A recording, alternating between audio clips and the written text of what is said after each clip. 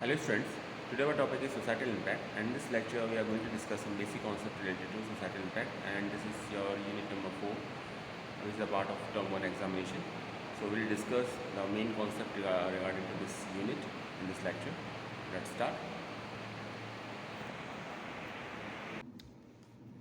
तो स्टूडेंट ये आपका सिलेबस है, जैसे आप देख पा रहे हैं यूनिट 4 सोसाइटल इम्पैक्ट, और ये यूनिट कंप्लीट है आपकी, कंप्लीटली ये आएगी आपकी टर्म 1 एग्जामिनेशन में। तो टर्म 1 एग्जामिनेशन में जैसे आप जानते हैं एक फर्स्ट यूनिट है आपकी Python pandas data frame and data visualisation, जो हम ऑलरेडी पढ़ा चुके हैं, कल तक की वीडियो में वो कवर कर लिया था हमने। और नेक्स्ट यूनिट है unit 4 societal impact, unit networking और एसक्यूएल। ये आपकी टर्म 1 एग्जामिनेशन, टर्म 2 एग्जामिनेशन में आएंगी, टर्म 1 एग्जामिनेशन का पार्ट नहीं है। तो इसमें है आपका digital footprint, net and communication etiquettes, data protection, intellectual property right, plagiarism, licensing and copyright, free and open source software, cyber crime, cyber laws, hacking, phishing, cyber bullying, overview of Indian IT act, e waste, hazard and management, awareness about health concern related to the use of the technology. So these are the topic related to the societal impacts. हम already cover कर चुके हैं। अब चूँकि जैसे आप जानते हैं कि रिवीजन चल रहा है, तो हम मेन की पॉइंट्स पर फोकस करेंगे इसमें, जिससे एमसीक्यू बनते हैं उस तरीके से पढ़ाने की मैं कोशिश करूँगा पूरी तरीके से, ताकि वो मेन जो पॉइंट्स हैं इसके वो आपको याद रहें एग्जाम में, और अगर क्वेश्चन आता है तो आप अटैम्प्ट कर लें।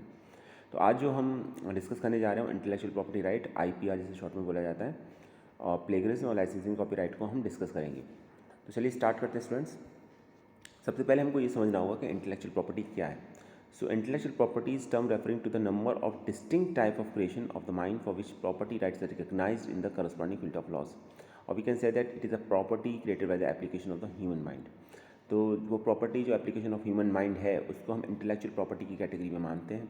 जैसे कोई ऑथर है, किसी ने बुक लिखी है, किसी ने म्यूज़िक कंपोज किया है, कोई पोइम लिखी है, ठीक है, कोई पेंटिंग ड्रॉ की है, कोई इन्वेंशन किया है, ओके। तो ये सभी किस में आएंगे? ये सभी आपके इंटेलेक्चुअल प्रॉपर्टी राइट में आएंगे। इसके अलावा आपने कोई डिज़ाइन प्रिपेयर किया है किसी बिल्डिंग का, और ये भी आपका इंटेलेक्चुअल प्रॉपर्टी में आएगा। तो इंटेलेक्चुअल प्रॉपर्टी में वो सभी वर्क आते हैं, वो सभी प्रॉपर्टीज़ आती हैं जो application of the human mind है, that is created by the application of human mind. तो सिंपल वर्ड्स में तो हम ये कह सकते हैं कि the property created by application of human mind is called the intellectual property, or we can say that intellectual property is a term referring to the number of distinct type of creation of the mind for which property rights are recognized in the corresponding field of laws। तो इसमें नीचे दे रखा क्या क्या आएगा आपका, articles लिख दे में मेंशन है, टेक्सटाइल, कॉस्मेटिक, फार्मास्यूटिकल्स, मशीनी, books etcetera, all are IP protected. तो जो भी आप बुक पढ़ते हैं, ठीक है, जैसे जैसे आपकी सुमिता अरोड़ा की बुक है मान लीजिए, जिसे आप पढ़ रहे हैं, तो ये भी इंटेलेक्चुअल प्रॉपर्टी राइट प्रोटेक्टेड है। कोई मशीन नहीं है, ठीक है, कोई फार्मास्यूटिकल है, कोई कॉस्मेटिक है, टेक्सटाइल्स है, all these are intellectual property right protected. So थोड़ा सा और डिटेल में समझने की कोशिश करते हैं इसको। Intellectual property refers to the creation of the mind. देखिए बार बार फोकस जो किया जा रहा है ना, वो एक ही बात पर किया जा रहा है, creation of the human mind. तो ये की पॉइंट है, जैसे मैंने बताया ना, की पॉइंट पर फोकस करना है आपको। तो अगर क्वेश्चन इस तरीके से बनता है कि इंटेलेक्चुअल प्रॉपर्टी क्या है, intellectual property are the property which are the creation of the human mind. तो यहाँ से एक क्वेश्चन बनता है, अगर ये पूछा जाता है तो आप मेंशन कर सकते हैं। हालांकि मुश्किल है, इतना इजी क्वेश्चन नहीं आएगा, लेकिन ये की पॉइंट है इसका एक। अब इसमें क्या आएगा, इन्वेंशंस, जो भी इन्वेंशंस होते हैं, ठीक है, वो सभी आपके इंटेलेक्चुअल प्रॉपर्टी राइट में आएंगे। मान लीजिए अभी ये कोविड-19 की सिचुएशन है, इसमें वैक्सीन बनी है, कोविड शील्ड है, कोवैक्सीन है, तो ये सभी आईपी प्रोटेक्टेड है, ठीक है। तो जिस कंपनी ने भी इसको बनाया है उसके पास इसके राइट्स हैं कि वो किस तरीके से इसको सेल कर सकती है मार्केट के अंदर, किसको देगी, किसको नहीं देगी, कितना प्रोडक्शन होगा, कौन सी फार्मास्यूटिकल कंपनी इसको मैन्युफैक्चर करेगी, और जिसको लाइसेंस होगा, एक्चुअली जिसके पास इंटेलेक्चुअल प्रॉपर्टी राइट होता है वो लाइसेंस प्रोवाइड कराता है उस अदर कंपनीज़ को या फर्म्स को, तो जिसके थ्रू उसका प्रोडक्शन वो कर सकते हैं। तो इसी तरीके से जितने भी इन्वेंशंस भी होते हैं वो भी सभी आईपी प्रोटेक्टेड होते हैं। इसी तरीके से लिटरेसी इन आर्टिस्टिक वर्क है, किसी ने कोई बुक लिखी है, कोई ब्लॉग लिखा है, ठीक है, कोई इवन कोई आर्टिकल लिखा है, न्यूज़पेपर में आर्टिकल्स आते हैं, ये भी सभी आईपी प्रोटेक्टेड होते हैं। आपको रेफरेंस बताना पड़ेगा आपको जब कभी इसको एज इट इज़ यूज़ करना होगा तो। और वेबसाइट जो होती हैं ये भी आईपी प्रोटेक्टेड होती हैं। सिंबल्स, नेम्स, ये भी आईपी प्रोटेक्टेड होते हैं, ठीक है। कोई लोगो है, ये भी आईपी प्रोटेक्टेड होता है। किसी कंपनी का कोई ट्रेडमार्क है, ये भी आईपी प्रोटेक्टेड होता है। ट्रेडमार्क को हम आगे डिस्कस करेंगे। Images, designs used in commerce, तो जो कॉमर्स में डिज़ाइंस यूज़ होते हैं, ठीक है, जो पर्टिकुलर किसी कंपनी के प्रोडक्ट को रिप्रेजेंट करते हैं, या किसी सर्विस को रिप्रेजेंट करते हैं। जैसे एप्पल के लिए एक एप्पल का बिट इन एप्पल का एक सिंबल आता है, तो ये भी आईपी प्रोटेक्टेड है, ठीक है। विंडो ऑपरेटिंग सिस्टम का जो सिंबल आता है वो भी आईपी प्रोटेक्टेड है, कोई और उसे यूज़ नहीं कर सकता। तो all these are the example, तो आईपी प्रोटेक्टेड, तो ये सभी आईपी प्रोटेक्टेड होते हैं। In short we can say that the intellectual property refers to the creation of the mind. तो इसमें क्या कहा जाएगा आपका, invention, literacy, artistic work, symbols, names, image, design, digital commerce. अब इसको अगर ब्रॉड कैटेगरी में डिवाइड करें तो यहाँ पर पहला आता है इंडस्ट्रियल प्रॉपर्टी। तो इंडस्ट्रियल प्रॉपर्टी में आ जाते हैं इन्वेंशंस। इन्वेंशन के लिए हमेशा पेटेंट होता है, हम आगे डिस्कस करेंगे डिटेल में, लेकिन ये याद रखिएगा जो भी इन्वेंशन होते हैं उनके लिए पेटेंट किया जाता है। और जनरली कॉपीराइट जो होता है वो लिटरेसी और आर्टिस्टिक वर्क के लिए होता है। तो इन्वेंशंस के लिए पेटेंट होता है, साथ साथ ट्रेडमार्क यूज़ किया जाता है सिंबल्स के लिए, जो किसी कंपनी की रेपुटेशन को रिप्रेजेंट करते हैं। कि कस्टमर किसी भी कंपनी की रेपुटेशन को जानता है, पहचानता है और समझता है, और उसको वो एक सिंबल के थ्रू आइडेंटिफाई करता है। उस सिंबल को ही ट्रेडमार्क बोलते हैं, ठीक है। जैसे एक ही कंपनी कोई कंपनी मान लीजिए किसी प्रोडक्ट को बनाती, शूज़ को बनाती सपोज़, तो शूज़ बनाने वाले डिफरेंट कंपनीज हैं, तो सभी का अपना एक सिंबल होगा जिसके थ्रू उसको आइडेंटिफाई किया जा सकता है, ठीक है।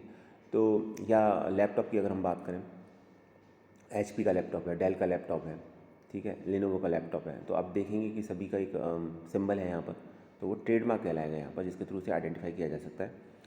एंड देन इंडस्ट्रियल डिज़ाइन, जितने भी इंडस्ट्रियल डिज़ाइन होते हैं वो सभी भी आपके इंटेलेक्चुअल प्रॉपर्टी राइट रिजर्व होते हैं आपके उनका। तो एक तो ये हो गया जो इंडस्ट्रियल प्रॉपर्टी के लिए यूज़ होता है। लेकिन दूसरा जो लिटरेरी और आर्टिस्टिक वर्क के लिए यूज़ होता है, लिटरेरी और आर्टिस्टिक वर्क के लिए यूज़ होता है। जैसे किसी ने कोई बुक लिखी है, पोएम लिखी है, ब्लॉग लिखा है, ठीक है, म्यूज़िक कंपोज किया है, पेंटिंग बनाई है, ड्राइंग है कोई, तो ये सब आर्टिस्टिक वर्क में आते हैं। तो ये सब आर्टिस्टिक वर्क में और लिटरेरी में आपके ये जितने भी मैंने बताया आपको, ये सभी कॉपीराइट प्रोटेक्टेड होते हैं, ठीक है। तो ये आपके कॉपीराइट प्रोटेक्टेड होते हैं। नेक्स्ट बात करते हैं टाइप्स की। तो ये यहाँ पर डेफिनेशन याद रखिएगा, the application of human mind is for the intellectual property, and literary और आर्टिस्टिक वर्क के लिए कॉपीराइट होता है। इन्वेंशंस के लिए आपका इन्वेंशन के लिए आपका पेटेंट होता है। तो बेसिकली अगर हम इसके टाइप्स की बात करें इंटेलेक्चुअल प्रॉपर्टी राइट्स की, तो हम इसे 6 मेन कैटेगरीज में डिवाइड कर सकते हैं। फर्स्ट पेटेंट, कॉपीराइट, ट्रेडमार्क, ये 3 तो बहुत मेन है, एग्जाम में इन्हीं में से क्वेश्चन बनेगा। नेक्स्ट अगर हम इंडस्ट्रियल डिज़ाइन की बात करें या डेटाबेस की बात करें या कोई ट्रेड सीक्रेट की बात करें, तो ये भी आईपी राइट्स में आता है। किसी का कोई ट्रेड सीक्रेट है ना जो किसी के साथ शेयर नहीं कर सकते, क्योंकि वो उस कंपनी के प्रोडक्ट की सेल का एक यूनिक फार्मूला है, ठीक है। तो वो भी आपका इंटेलेक्चुअल प्रॉपर्टी राइट में आता है आपका। इसी तरीके से कोई डेटाबेस है, वो भी इंटेलेक्चुअल प्रॉपर्टी राइट में आता है, कोई उसको यूज़ नहीं कर सकता। डेटाबेस क्या होता है, collection of the inter related data. और डिज़ाइन है, कोई इंडस्ट्रियल डिज़ाइन है, तो ये भी आपका इंटेलेक्चुअल प्रॉपर्टी राइट में आता है। तो सबसे पहले एक एक करके बात करते हैं, कॉपीराइट की बात करते हैं कि कॉपीराइट क्या है। Copyright protect someone who creates an original work. An original work can be a book, play, or website, among others. The goal of the copyright is to prevent unauthorized copying of your work. देखिए, copyright literary और artistic work के लिए use किया जाता है। तो जब हम लिटरेरी और आर्टिस्टिक वर्क की बात करते हैं तो यहाँ पर बुक आ जाती है, यहाँ पर ब्लॉग आ जाता है, यहाँ पर कोई प्ले, कोई सॉन्ग किसी ने लिखा है, ठीक है, पोइम है, और म्यूज़िक कंपोज किया है, स्क्रिप्ट लिखी है किसी भी मूवी की, ठीक है, कोई वेबसाइट है, तो इन सभी के लिए कॉपीराइट यूज़ किया जाता है, इन सभी का कॉपीराइट होता है। तो ये copyright protect someone who creates an original work. तो कॉपीराइट क्या करता है, कॉपीराइट लेने से होता क्या है कि ये ओरिजिनल वर्क को प्रोटेक्ट करने का काम करता है। किसी ने भी अपना किसी का ओरिजिनल वर्क है तो उसको प्रोटेक्ट करेगा, आपका कॉपीराइट के थ्रू वो प्रोटेक्ट किया जाता है। तो इसमें क्या क्या बताया मैंने, मेनली तो बुक, प्ले और वेबसाइट, और भी बात जैसे मैंने बताया कि ब्लॉग भी आ जाएगा इसके अंदर, ठीक है, पेंटिंग भी आ जाएगी इसके अंदर, और ये सब भी आपके कॉपीराइट प्रोटेक्टेड होते हैं। तो the goal of the copyright is to prevent unauthorise copying of a work. तो इससे होता क्या है, इससे होता ये है कि जब आप कॉपीराइट ले लेते हैं तो कोई भी दूसरा पर्सन, अनदर पर्सन उसको यूज़ नहीं कर सकता विदाउट योर परमिशन, ठीक है। तो क्योंकि मेहनत उस पर्सन की है जिसने मान लीजिए एक बुक लिखी है, तो जैसे एक बुक है तो अभी आपको सेम बुक आप दूसरे नेम से दूसरे पब्लिकेशन हाउस से प्रिंट नहीं करवा सकते, ठीक। तो ये कॉपीराइट का एक एडवांटेज मिलेगा। अदरवाइज़ नहीं तो क्या होगा कि कोई किसी के भी वर्क को यूज़ कर लेगा और उसे मिसयूज़ करेगा अपने नेम से, और जिसकी मेहनत है, जिसकी ओरिजिनल, जिसका क्रिएशन है, वो उसको उसे कोई एडवांटेज नहीं मिलेगा। तो इसीलिए जिसका वो वर्क है उसे कॉपीराइट अगर उसने ले रखा है उसका, तो कोई दूसरा पर्सन अगर यूज़ भी करेगा तो उसकी परमिशन लेने की ज़रूरत है। टर्म्स एंड कंडीशंस क्या होंगी, ये कॉपीराइट लेने वाले के ऊपर डिपेंड करता है कि किस टर्म्स एंड कंडीशन पर, किस कॉस्ट पर वो उसे सेल करता है। तो कॉपीराइट में क्या क्या प्रोटेक्ट होते हैं? Literary, dramatic, musical, artistic, architectural, book लिखना, ब्लॉग लिखना, ठीक है, ये सब आपका लिटरेरी वर्क में आते हैं। इन सब के लिए कॉपीराइट, ये सब कॉपीराइट प्रोटेक्टेड होते हैं। ड्रामेटिक में कोई भी देखिए प्ले है, कोई मूवी स्क्रिप्ट है, तो ये सभी भी इसमें आप कॉपीराइट प्रोटेक्टेड होते हैं। म्यूज़िकल में आपका कोई म्यूज़िक कंपोज किया है तो वो भी कॉपीराइट प्रोटेक्टेड होता है। आर्टिस्टिक में कोई पेंटिंग है, ठीक है, वो भी कॉपीराइट प्रोटेक्टेड होगा। आर्किटेक्चर में कोई बिल्डिंग का डिज़ाइन है तो ये भी कॉपीराइट प्रोटेक्टेड होगा। आगे बात करते हैं licensing. When copyright owner gives a permission to a particular party to use the copyrighted work for a specific reason. देखिए, जिसके पास कॉपीराइट है वो उसका क्या करेगा, उस कॉपीराइट क्यों लेगा? मेन बात ये यहाँ पर ये है, कॉपीराइट लेने का सिर्फ एडवांटेज ये होता है कि वो किसी और पर्सन को अगर परमिशन दे रहा है तो उसके लिए कुछ ना कुछ इससे फाइनेंशियल बेनिफिट होना चाहिए, ठीक है। तो ये कॉपीराइट का मेन ऑब्जेक्टिव होता है। और फाइनेंशियल बेनिफिट नहीं है तो दूसरी तरीके से भी बेनिफिट हो सकते हैं, तो वो आपको मिल सकता है। क्योंकि जैसे यहाँ पर एक एग्जांपल दे रखा है, एक छोटी बच्ची है, इसका एक सॉन्ग है ओ ये, तो ये कह रही है you can use my song called oh yeah. तो ये यूज़ जो करेगा तो यूज़ करने के लिए किसी अदर पर्सन को, ये जो बच्चा खड़ा है इसको इसका लाइसेंस लेना पड़ेगा। तो अगर किसी के पास कॉपीराइट है तो उस कॉपीराइट के वर्क को अगर आप यूज़ करना चाहते हैं तो आपको लाइसेंस लेना पड़ेगा। उसकी टर्म्स एंड कंडीशंस होती हैं, आपको फॉलो करना पड़ेगा। और इससे एडवांटेज ये होता है कि जितने कॉपीराइट ले रखा उसे फाइनेंशियल बेनिफिट के साथ जो टर्म्स एंड कंडीशंस होती हैं उसमें डेफिनेटली जिसके पास भी कॉपीराइट है उसे हर तरीके से एडवांटेज रहता है, क्योंकि वो उसका ओरिजिनल वर्क है। तो ये लाइसेंसिंग का मेन ऑब्जेक्टिव होता है। तो एक बार फिर से अगर हम कॉपीराइट की बात करें तो copyright allows authors, musician, artist etcetera to make money of their labour. Main objective ये है। तो जो आर्टिस्ट होते हैं, ऑथर्स होते हैं, म्यूजिशियन होते हैं, इनकी जो मेहनत है उस मेहनत के लिए इनको ये अपना पैसे कमा सकते हैं, ठीक है, उसके थ्रू। ऐसा नहीं है कि फ्री ऑफ कॉस्ट और कोई भी उसको यूज़ कर सकता है। मेहनत किसी और की, और कोई यूज़ कर रहा है उसे अपने नेम से गलत तरीके से। तो इनका एडवांटेज ये होता है कि कॉपीराइट है तो इसके लिए डेफिनेटली उन्हें फाइनेंशियल बेनिफिट होता है। So it prevents others from taking their work for free. तो इससे क्या होता है कि कॉपीराइट है तो कोई भी उनके काम को फ्री ऑफ कॉस्ट यूज़ नहीं कर सकता, उसके लिए एनी हाउ उसे कुछ ना कुछ पे जरूर करना पड़ेगा। It also prevents people from altering the work without permission. और इसके साथ एक चीज़ और है कि एज इट इज़ तो यूज़ कर ही नहीं सकता, साथ ही साथ अगर उस वर्क को थोड़ा बहुत अल्टर या चेंज करके अगर वो यूज़ करना चाह रहा है तो वो भी अलाउ नहीं है, उसके लिए भी परमिशन लेनी पड़ेगी आपको। तो ऐसा नहीं है कि किसी के ओरिजिनल वर्क में आप थोड़ा बहुत चेंज करके उसे अपना बता दें कि ये तो मेरा काम है। जैसे किसी ने स्क्रिप्ट लिखी, मान लीजिए मूवी की या कोई प्ले लिखा, तो ऐसा नहीं है कि उसमें आपने थोड़ा बहुत चेंजेस किया और कहा कि ये तो एक ओरिजिनल वर्क है, नहीं, ऐसा नहीं। तो उसमें बताना पड़ेगा, अगर वो किसी से इंस्पायर्ड भी है तो भी आप उसको डायरेक्ट यूज़ नहीं कर सकते, आपको इसका कॉपीराइट वायलेशन माना जाएगा। तो किसी दूसरे के वर्क को आप ऑल्टर नहीं कर सकते विदाउट परमिशन, आपको परमिशन लेनी पड़ेगी कम से कम। तो परमिशन है तो फिर आप यूज़ कर सकते हैं, परमिशन नहीं है तो यूज़ नहीं कर सकते। तो ये तो बात थी कॉपीराइट की। बात करते हैं पेटेंट की। Patent is an exclusive right granted by the authority to the applicant of the invention for a limited period of time in lear or to full disclosure of his invention.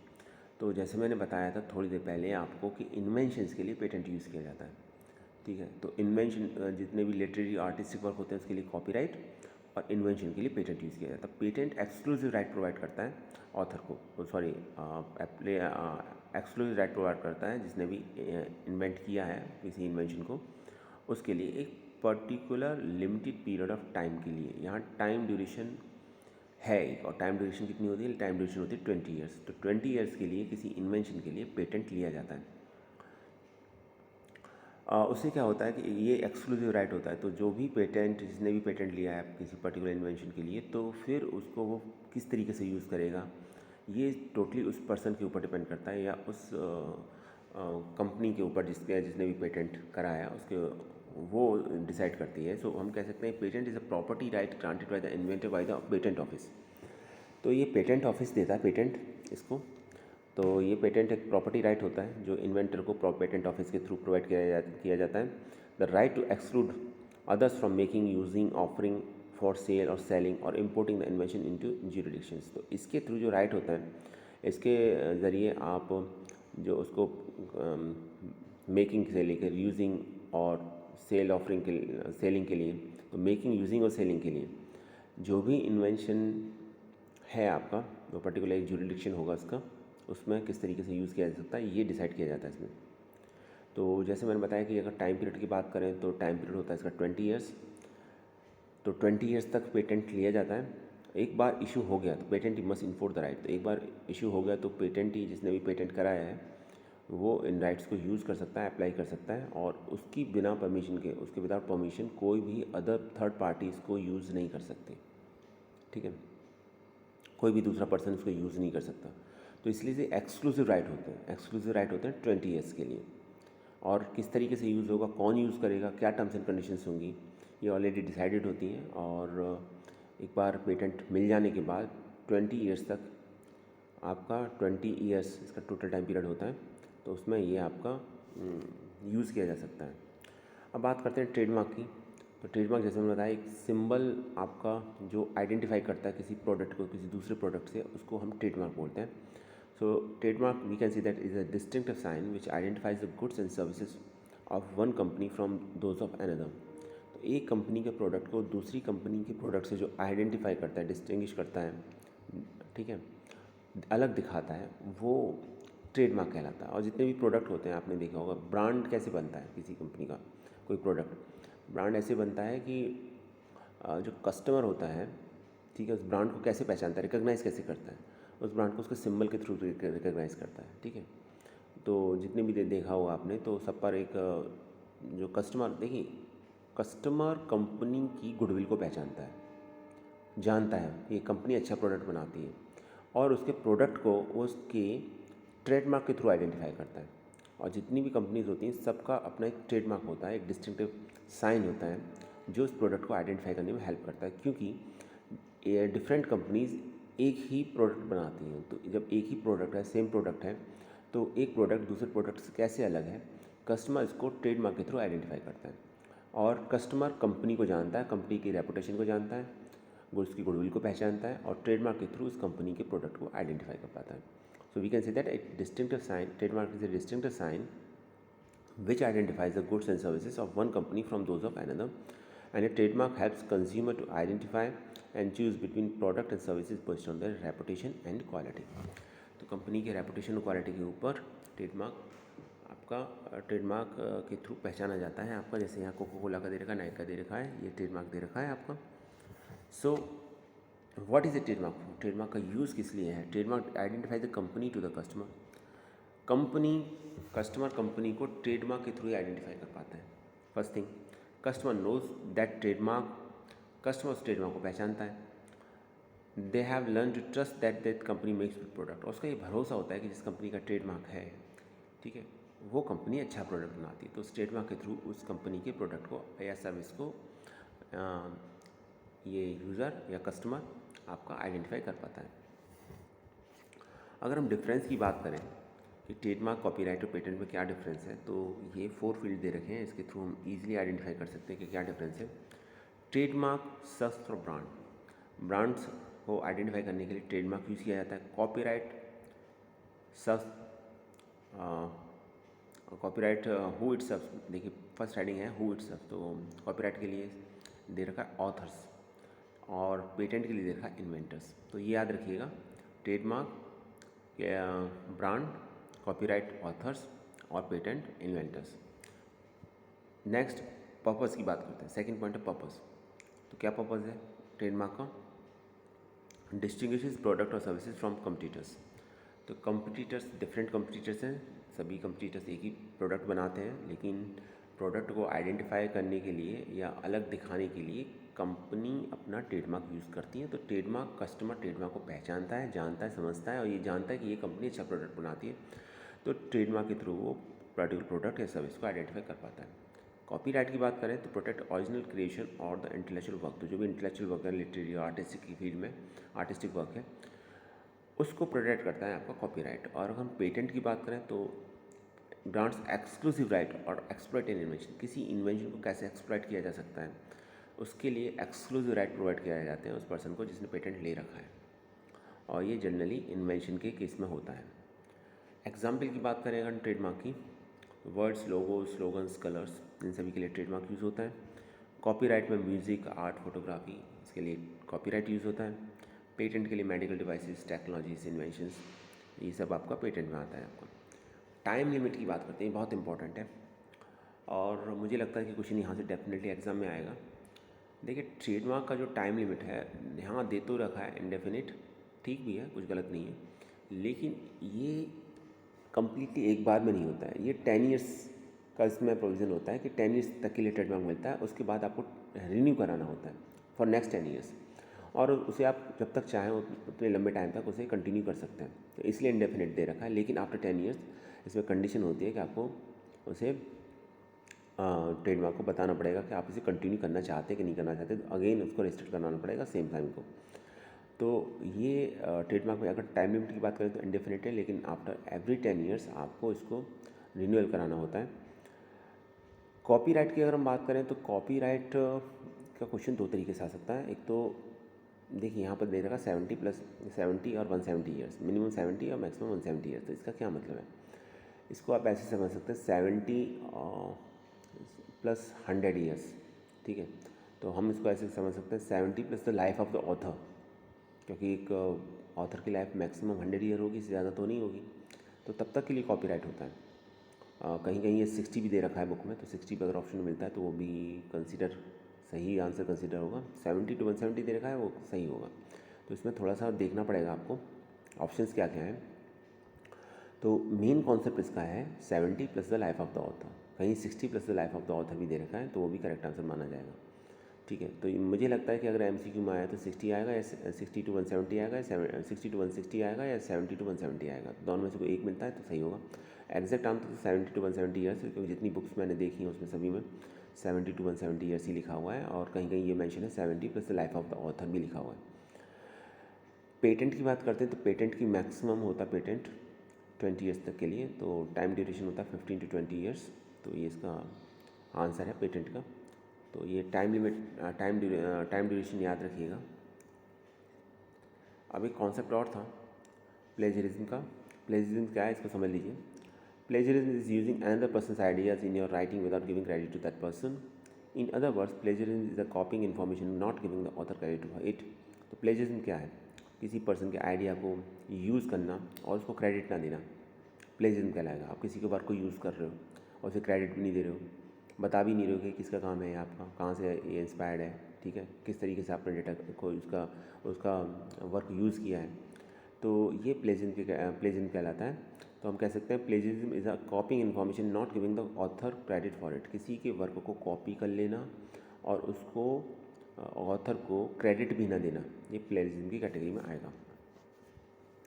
तो हम कह सकते हैं plagiarism is an act of stealing someone else creativity, idea और language. तो किसी के idea को, क्रिएटिविटी को, लैंग्वेज को चोरी करना, ठीक है, ये प्लेजरिज्म कहलाएगा। तो हम कह सकते हैं plagiarism is an act of stealing someone else creativity, idea और language and it is considered to be cheating and a corrupt act. तो चीटिंग में माना जाता है या करप्ट एक्ट में माना जाता है, अनइथिकल है, इलीगल भी है कुछ कंट्रीज़ में, अनएथिकल है, ये तो क्लियर है ही। तो चीटिंग और करप्ट एक्ट में आता है। In advance countries with the high standard of education plagiarism is considered to be academic crime. तो जो एडवांस कंट्रीज़ हैं वहाँ तो ये एकेडमिक क्राइम माना जाता है, सभी जगह नहीं माना जाता, लेकिन एकेडमिक क्राइम माना जाता है एडवांस कंट्रीज़ में। लेकिन कुछ कंट्रीज़ ऐसे हैं जहाँ ये अननोटिस्ड रहता है, जैसे कंबोडिया है, तो वहाँ ये एकेडमिक क्राइम की कैटेगरी में नहीं माना जाता, but in often goes unnoticed in some countries including Cambodia. तो ये लिखा हुआ है। तो प्लेजरिज्म को अगर मैं शॉर्ट में बताऊँ तो it is the act of stealing someone has creativity, idea और लैंग्वेज। पहली बात तो ये किसी की आइडिया को, क्रिएटिविटी को, लैंग्वेज को चोरी करने का मामला आपका प्लेजरिज्म कहलाएगा। और दूसरा ये कि चीटिंग और करप्ट एक्ट में आता है। और थर्ड इम्पॉर्टेंट बात ये कि ये एकेडमिक क्राइम माना जाता है एडवांस कंट्रीज में, लेकिन कुछ कंट्रीज़ में ये कंसिडर नहीं होता, अननोटिस्ड रहता है, जैसे कंबोडिया है। तो प्लेजिज्म की अगर हम कैटेगरी बात करें तो 2 टाइप्स की आगे, डेलिब्रेट और प्लेजिज्म और एक्सीडेंटल। डेलिब्रेट में जो डेलिब्रेटली किया जाता है वो डेलिब्रेट, और एक्सीडेंटल में आपको पता ही नहीं है कि क्या यूज़ करना है, किस तरीके से आपको यूज़ करना है, तो ये एक्सीडेंटल में आएगा। तो स्टूडेंट आज के लिए इतना ही। आई होप आपको समझ में आया होगा। Thanks for watching this video.